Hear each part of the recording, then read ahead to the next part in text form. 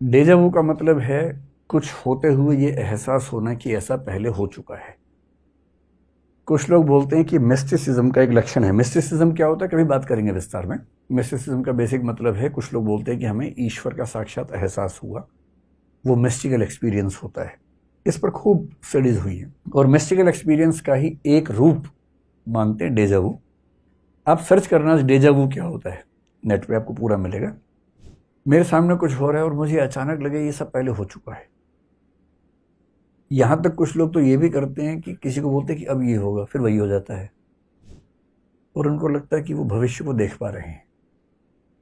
इसमें खतरा ये है कि अगर ये साबित हो जाए कि जो हो रहा है आप पहले देख चुके हैं, इससे केवल ये साबित नहीं हो रहा कि आप बहुत बड़े ज्ञानी और सर्वज्ञ हैं, इससे एक बात और साबित हो रही है, वो ये कि जो भी हो रहा है पहले से तय है। अगर पहले से तय न होता तो आप देखते कैसे? और अगर सब कुछ पहले से तय है तो हम कठपुतलियां हैं। हम हंस भी रहे हैं तो वही पहले से तय था, यानी कि हम खुद कुछ भी नहीं कर रहे। ये बहुत रिस्की प्रपोजिशन है फिलोसफी में, लेकिन इसका जवाब है।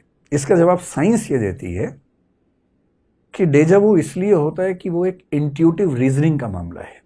अब इंट्यूटिव रीजनिंग एक शब्द आ गया। रीजनिंग एक तो होती है जो हम कॉन्शियस रीजनिंग करते हैं कि रीजनिंग का सवाल है 2 गुणा 3 6, 2 गुणा 8 16, आप ऐसे कर रहे हैं, ये तो सोच समझ के रीजनिंग कर रहे हैं।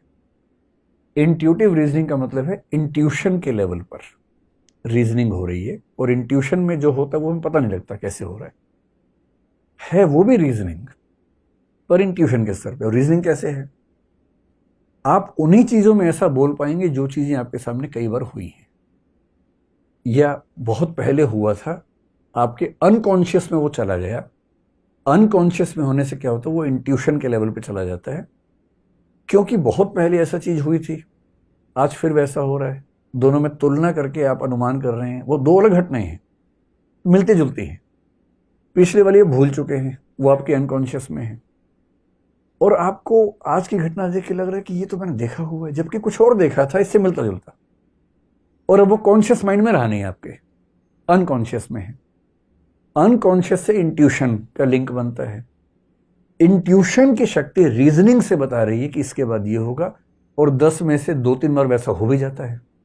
जब 7 बार नहीं होता आप उसको सीरियस ही नहीं लेते, पर 10 में से 2 बार हो गया, बहुत सीरियस होते हैं कि मुझे पहले से पता था, जबकि 8 बार गलत भी हुआ था, पर गलत वाला सैंपल आपने छोड़ दिया।